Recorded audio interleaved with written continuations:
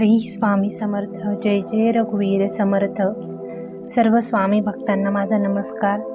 आज ही एक घटना, सत्य घटना आहे, ती मी तुम्हाला सांगणार आहे. शेवटपर्यंत नक्की ऐका.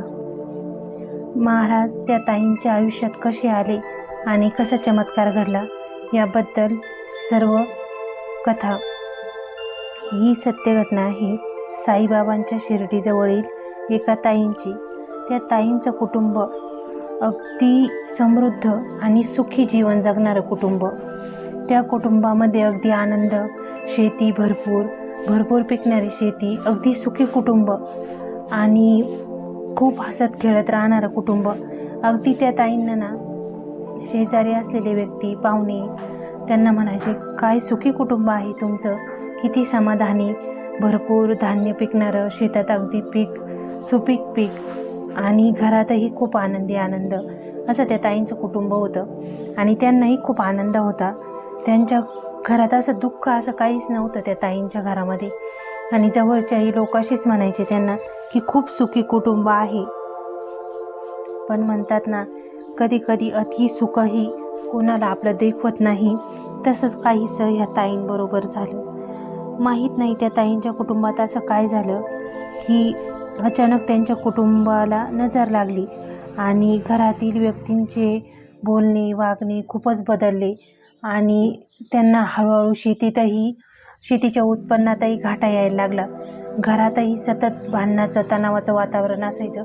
कारण नसताना घरातले व्यक्ती भांडायचे एकमेकांबरोबर आणि लहान मुलंही खूप रडायची. संध्याकाळची वेळ झाली की लहान मुलं खूप रडायची. ह्या ताईंना सुरुवातीला काहीच कळेना काय झालंय काही नाही. पण त्या स्वामी सेवेकरी नव्हत्या किंवा इतरही कोणती सेवा त्या करत नव्हत्या. त्यांचं कुटुंब करत नव्हतं. त्यामुळे त्यांना ना ह्या घटना कळायला खूप उशीर लागला. पण म्हणतात ना, आपण सत्कर्म केलेलं असताना कुठेतरी आपल्याला उपयोग येतं. असं काहीसं त्यांच्या बाबतीत नंतर होणार होतं. असं घटना त्यांच्या खूप विचित्र अशा त्यांच्या घरात रोज घडायच्या. काही ना काहीतरी घटना घडत राहायच्या. एक दिवस काय झालं, त्यांच्या दारापुढे खूप कुत्रं ओरडायचं. रात्र झाली की ते कुत्रं ओरडायचं. त्यांना कळायचं नाही कशामुळं ओरडत आहे, कारण त्या धार्मिक याच्यात नसल्यामुळे त्यांना ह्या गोष्टी माहीत नव्हत्या. असं बरेच दिवस झाल्यानंतर एक दिवस रात्री त्या ताई झोपलेल्या असताना त्यांना असं वाटलं की दाराजवळ कोणीतरी उभं आहे. सावली त्यांना पडलेली दिसली. पण त्या म्हटल्या की कोण असेल असा विचार करून त्यांनी त्या दिवशी बघितलं नाही. पण ही सावली त्यांना रोज रात्री दिसायची. जशी रात्र वाढायची तसे त्यांच्या घरात विचित्र घटना व्हायला लागायच्या. मुलं रात्री अचानक ओरडून रडायला लागायची किंवा ती सावली त्यांना दाराच्या बाहेर दिसायची. त्यांना खूप घाबरायला व्हायचं, छातीत खूप धडधड व्हायची. पण घरातल्या इतर व्यक्तींनाही सांगून काही उपयोग नव्हता, कारण त्यांचा ह्या गोष्टींवर विश्वास नव्हता. एक दिवस असं झालं की त्या झोपलेल्या असताना त्यांना ती सावली पुन्हा दिसली. आता त्यांनी प्रयत्न केला की बघायचंच बाहेर काय आहे म्हणून. त्या उठल्या, बाहेर पाहिलं, त्यांना काहीच दिसलं नाही. त्या पुन्हा घरात येऊन झोपल्या. पण त्या दिवशी ना त्यांना झोप काय लागत नव्हती. मनात धडधड आणि खूप भीती वाटायची. असं वाटायचं कोणीतरी आपल्याला बघत आहे म्हणून, कोणाची तरी नजर आपल्यावर आहे. पण त्या बघायला गेल्यावर दिसायचं नाही कुणीच. फक्त त्यांना असं जाणवायचं की आपल्या आसपास काहीतरी आहे आणि कुणीतरी आपल्याला बघत आहे. या भीतीने त्यांची रात्र जायची. जशी रात्र व्हायची रोज, तशा अकल्पित घटना त्यांच्या बाबतीत रोज घडायच्या. असे बरेच दिवस चाललं. 6 महिने, वर्ष अशा घटना घडत गेल्या. आता त्यांच्या उत्पन्नात शेतीत खूप घाटा यायला लागला होता. त्यामुळं घरातलं उत्पन्न कमी झाल्यामुळं घरातल्या व्यक्तींची खूप चिडचिड व्हायची. ते एकमेकांनाच दोष द्यायचे, तुझ्यामुळे झालं. पण ह्या ताईंना असं कुठंतरी वाटायचं की यावर काहीतरी उपाय शोधावा. कारण घरातली स्त्री जी असते ना करती, तिला कुठेतरी असं वाटत असतं की कुटुंब सुखी राहावं, समाधानी राहावं, म्हणून तिची एक धडपड चालू असते. या ताईंची ही अशीच धडपड चालू असायची. पण धार्मिक गोष्टींचं त्यांना काही ज्ञान नसल्यामुळं सुरुवातीला त्यांना काही कळायचं नाही. मग एक दिवस असं झालं की त्यांच्या गावात एक सेवेकरी आली. ते आल्यानंतर त्यांना असंच वाटलं की आपण प्रश्न विचारून बघावा की आपल्या घरात होणाऱ्या घटनांचं काय आहे म्हणून. मग त्या दिवशी त्या सेवेकऱ्यांकडे गेल्या. त्यांना बघून सांगितलं की तुमच्या घरात एक नकारात्मक ऊर्जा आहे. आणि हे ऐकून ताईंना खूप धक्का बसला. आणि नंतर हळूहळू त्यांना जाणवायला लागलं की आपल्या घरावर कोणीतरी नकारात्मक ऊर्जा सोडलेली आहे आणि तीच आपल्या जवळच्या व्यक्तींनी केलेलं आहे. आपला सुखी कुटुंब बघून.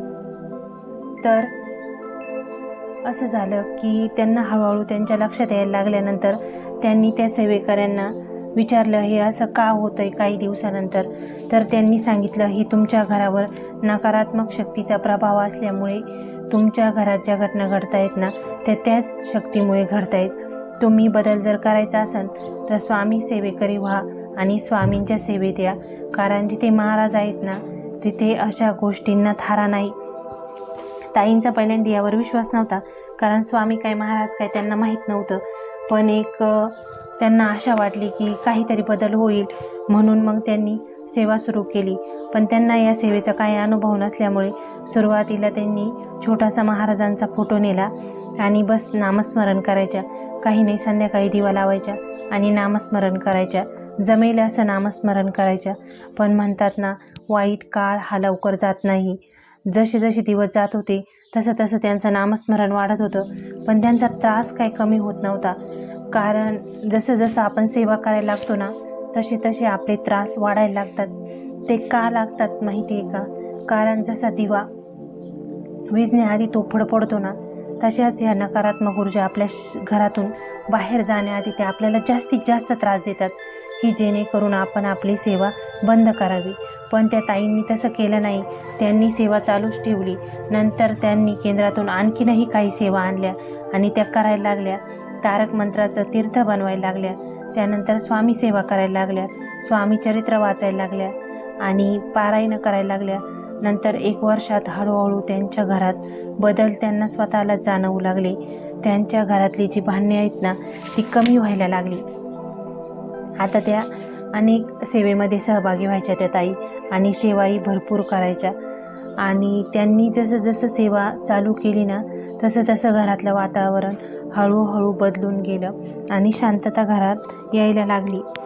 एक दिवस ना त्यांना असं जाणवलं की झोपलेल्या असताना की आपल्या घरात त्यांना आसपास काळी शक्ती जाणवली. पण त्यावेळी त्यांनी ना डोळे बंद केले आणि महाराजांचं नामस्मरण चालू केलं. नामस्मरण करत असताना त्यांनी महाराजांना एकच सांगितलं, स्वामी आता तुम्हीच आहात, वाचवा मला. आणि बस श्री स्वामी समर्थ, श्री स्वामी समर्थ असा धावा त्यांनी चालू केला. त्या दिवशी त्यांना त्यांच्या घरामध्ये एक दिव्य प्रकाश पडलेला दिसला. आणि तो प्रकाश काय होता हे त्यांना जाणवलं नाही, पण त्यांना माहीत होतं की हा दिव्य प्रकाश म्हणजेच महाराज आहेत आणि त्यांनी आज आपल्याला वाचवलेला आहे. त्या दिवसानंतर त्यांच्या घरात पुन्हा ती काळी शक्ती त्यांना कधीच दिसली नाही आणि ती नकारात्मक ऊर्जा ही त्यांना कधीच जाणवली नाही. कारण जिथे स्वामी आहेत ना तिथे अशा गोष्टी थांबूच शकत नाही. कारण महाराज हे ब्रह्मांड नायक आहेत. त्यांनीच हे ब्रह्मांड निर्माण केलेलं आहे आणि त्यांनीच हे ब्रह्मांड गोटीच्या रूपात धरलेलं आहे. त्यामुळे महाराजांसाठी अशा गोष्टी काहीच नाही आहेत. पण म्हणतात ना, जिथे श्रद्धा आहे आणि स्वामींची कृपा आहे ना तिथे चमत्कार नक्कीच घडतात. ह्या ताईही आता सांगतात की महाराज नसते ना तर आमच्या कुटुंबाचं काय झालं असतं माहीत नाही. केवळ स्वामी होते ना म्हणूनच आमचं कुटुंब वाचलं आणि सुखी झालं. तुम्हीही जर स्वामी भक्त असाल तर कमेंटमध्ये श्री स्वामी समर्थ लिहायला विसरू नका. तुमच्याही बरोबर जर अशी घटना घडलेली असेल, स्वामींची तुमच्यावर जर ही कृपा झाली असेल तर तुम्ही आपली जी घडलेली घटना आहे ती शेअर करू शकता, जेणेकरून इतर स्वामी भक्तांनाही आपल्यामुळे छोटंसं मार्गदर्शन घडेल आणि तेही स्वामी सेवेत येतील. आपल्या या गोष्टींमुळे एक जरी स्वामी सेवेकरी घडला ना तर त्यासारखं पुण्य नाही. कारण कोणत्याही मार्गाने स्वामींची सेवा केली ना तरी पण ती महाराजांपर्यंत नक्कीच पोचते. खूप दयाळू आहेत स्वामी. आई म्हणून आपण त्यांना मानतो ना, मग महाराजांवर विश्वास ठेवा आणि आपले कर्म करत राहा. आणि एक गोष्ट नेहमी लक्षात ठेवा की स्वामी जगातल्या प्रत्येक गोष्टी वाईट गोष्टीपेक्षा मोठ्या आहेत, ब्रह्मांड नायक आहेत. त्यांच्यासाठी आपला प्रश्न हा कितीसा आहे तेव्हा महाराजांवर विश्वास ठेवा आणि स्वामी सेवा करत राहा. तुम्हालाही जर माझे व्हिडिओ आवडत असेल तर चॅनलला सबस्क्राईब करा आणि कमेंटमध्ये श्री स्वामी समर्थ लिहायला विसरू नका. तुमचा दिवस आणि तुमचं आयुष्य स्वामीमय आणि आनंदात जावो हीच महाराजांचरणी प्रार्थना. श्री स्वामी समर्थ. जय जय रघुवीर समर्थ.